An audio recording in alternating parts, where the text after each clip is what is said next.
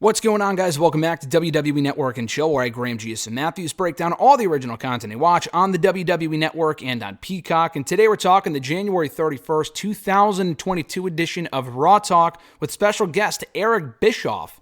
They announced on Raw on Monday night. They usually have had a recurring panel of guests. I think since Survivor Series, it's usually the same four faces, except for last week, which I'll get to in a second. But typically it's Jerry Lawler, Booker T, JBL, who I like of the four of them, but isn't, the most must-see panelist of all time. It's usually the same people you see on the pre-show, if not Peter Rosenberg. That was another recurring panel member.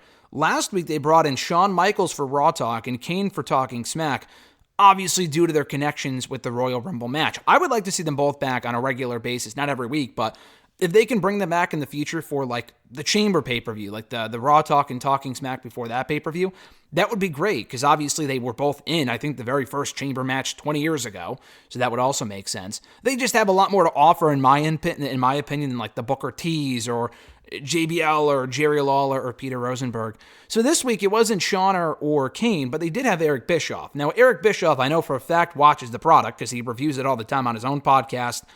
He's a great mind for the business. Not everyone likes Eric Bischoff. Didn't have the most insightful commentary here, not as much as Shawn or Kane, I thought, but he was still pretty good, and I thought he did a good job here alongside Jackie Redmond, Matt Camp on Raw Talk. So let's get into it. They started the show by running down the biggest headlines from the episode, including the Elimination Chamber match being set in stone, Ronda Rousey going after Becky Lynch, among other things on Raw this week. They also recapped The Miz versus Dominic, a match that was won by The Miz after kind of outsmarting Dominic and Rey Mysterio at ringside. We hear from Miz backstage at Raw, and Miz says he chipped a nail. That was his first and foremost primary concern coming out of the match. He does claim that Edge and Beth cheated at the Royal. What he did on Raw last night was not cheating, he says. He said he simply outsmarted Dominic, and that younger talent have got to learn to respect veterans like him. So back in the studio, Jackie and Matt replay the Ronda Rousey, Alita, and Becky Lynch segment that closed out the show that saw Ronda Rousey kind of tease choosing Becky Lynch in her Raw Women's Championship at WrestleMania before Alita made a surprise appearance and instead challenged Becky at the Elimination Chamber pay-per-view, which is cool. We hear from Eric Bischoff. He says that Ronda doesn't sound too confident, and that is an understatement. I won't go too much into it here, but Ronda's promo last night was fucking awful. That whole segment, I like the Lita and Lynch exchange, and I like Becky and Ronda going back at it. But whatever energy, if any energy, that Ronda had when she was on Raw the first time 3 years ago is completely gone. Maybe it's going to take some time for her to get back into it if she was ever really into it to begin with, as far as like the energy and charisma and stuff like that. But it just was not good. It was not good. Like, she read those fucking lines like she was reading off of, like I said, she was reading off of like a script or something like that with zero energy whatsoever. Not a great promo at all. She definitely needs a mouthpiece. And anyway, so Eric Bischoff says that she has a tough decision ahead of her. Does she choose Becky at WrestleMania? Does she choose Charlotte? And she already kind of interacted with Charlotte a little bit at the end of the Royal Rumble match. He acknowledges that she sent Charlotte packing from the Women's Royal Rumble. Does that lead into WrestleMania with her challenging Charlotte for the SmackDown Women's Championship? That's the question. At the end, though, he does praise both Becky and Lita for being great competitors, and he's looking forward to that Raw Women's Championship match at the pay-per-view this month. I was going to say next month, but it's officially February. He also points out Becky's facial expression when she accepted the challenge from Lita. Lita celebrated, and then Becky's like, shit, what did I just do? So I love the subtle tease there, the subtle storytelling tidbits from Becky, who was great at that sort of stuff. I'm looking forward to the match as well. So anyway, he also says that everything gets more intense during WrestleMania season, and that was pretty much it. So they recap Becky Lynch, or rather not Becky Lynch, we just talked about Becky Lynch. They recap Rhea Ripley and Nikki Ash facing each other on Raw on Monday night, a match that was won by Rhea Ripley, thankfully in clean fashion. We don't hear from Rhea backstage on this show, but we do hear from Nikki, who has got to ditch the dumb superhero shit. I know what they're trying to go for, the delusional superhero character. Maybe in another context or in a different company with better creative, that this would be a better idea, but it's just fucking lame. Like, she's still coming out to the same music, doing the same character, wearing the same outfit. Nothing has changed except for the fact that she is just like delusional now. Cool. Like, we need some real change with the character. She's been heel now for a few weeks. It's time to move on from what she was doing as Nikki Ash. She will not get heat for what she's doing. I promise you. She will just get apathy from the crowd. I guarantee it.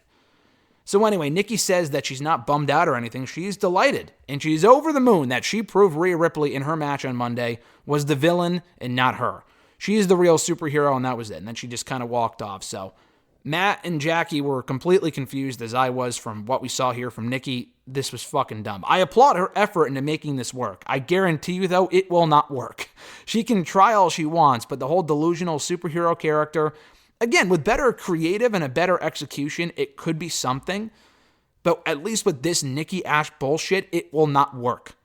She's got to either go full supervillain or something. I don't know. Or just ditch that shit altogether. Because, again, it's not connecting. It really hasn't connected and never really connected in the beginning either.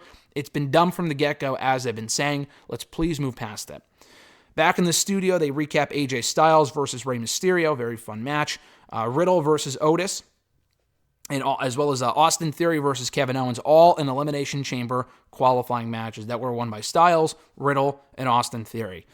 We hear backstage from Austin Theory, who says that he has the opportunity to succeed, that he will succeed at, and become WWE Champion at Elimination Chamber. He's not nervous because he's the future, and Mr. McMahon has been teaching him a lot. No one in the chamber is as ready as him going into this opportunity. Bischoff says that anything can happen during WrestleMania season. He doesn't really consider Theory much of an underdog, just because he's been on a roll lately, and he is a wild card. He calls him a wild card, but he doesn't really consider him an underdog because he is the future. I think the guy is very talented. He's had great matches lately, so, he is an underdog compared to the other people in the match, but, I guess he also wouldn't be surprised to see someone like Theory pull out the win in that matchup. So going to Brock and Bobby, he says that he has also noticed that Brock has been having a lot more fun lately, and when you combine that with him already being dangerous and just an absolute menace in the ring, that's not a great combination for his opponents. And he thinks that him losing Paul Heyman, that Brock losing Paul, was the best thing for Brock. And he expects Brock and Bobby to save it for a big night. He doesn't really expect them to do a whole lot in the build-up to Elimination Chamber or at Elimination Chamber. I didn't really get what he was saying there. I'm not sure if he was trying to imply that they won't put in their full effort because they're waiting for WrestleMania, or if they won't put in their full effort until Elimination Chamber because that's when it matters most. I don't know, but either way, he talks a little bit about Brock and Bobby, again calling Theory a wild card. And as for AJ Styles, he does acknowledge that he and AJ have worked together before. Doesn't mention TNA. He might as well have. We got a TNA Champ of the Rumble on Sunday. We got the acknowledgement of Mickie James as the Impact Women's Knockouts Champion. So why the hell not? Why not just say that you worked with him in TNA? It's fucking Peacock. But he does say that he's worked with AJ before, and he knows that at this point in AJ's career, even though he's still on the younger side, might be starting to think about his legacy. And what better way to cement that legacy than going into an Elimination Chamber and walking out as the WWE Champion. So a good episode here. The Nikki interview I thought was just stupid. Theory's interview was fine. The Miz interview was fine. The interviews really weren't the highlight here. The recap of Raw and the analysis from Bischoff was welcomed. Again, not on the same level, I would say, as a Kane or a Shawn Michaels. And all the people they bring out of these shows kind of spew the same WWE narrative bullshit. It is what it is. It's their own show. But there are some guests that can kind of tolerate more than others. I think Bischoff was a good get here. We've seen him a lot lately on WWE TV. He was on Raw on the New Year's Eve episode. He was on SmackDown just recently. I think, what was it, a week or two ago? Right before the Rumble, and now he's on Raw Talk. So, hey, if they can use Bischoff in any capacity that's not creative, because I know they fired him from that position a few years ago, more power to the guy. I think that's cool. So thank you guys for checking in my review of Raw Talk this week for January 31st, 2022. Appreciate you guys as always. Be sure to like the video, drop a comment, share the video, and subscribe to the channel for more daily content. I greatly appreciate it. With all that being said, guys, have an awesome rest of your week. More interviews on the way here on the channel. If you haven't already, check out my chats from last week with Kofi Kingston and Sheamus before the Royal Rumble pay-per-view this past weekend. We got Q&A videos tomorrow, rather hashtag AskGSM if you're a subscriber to the channel, you know what I'm talking about. WrestleRant radio excerpts on Thursday, another interview on Friday, and much, much more. SmackDown audio review on Saturday, Talking Smack Sunday. Again, if you're not already subscribed and you haven't already hit the bell button to be notified of every new video that goes up every single day, you're missing out. So, on that note, guys, have a great one. I'm Graham GSM Matthews, and I'll catch your ass down the road.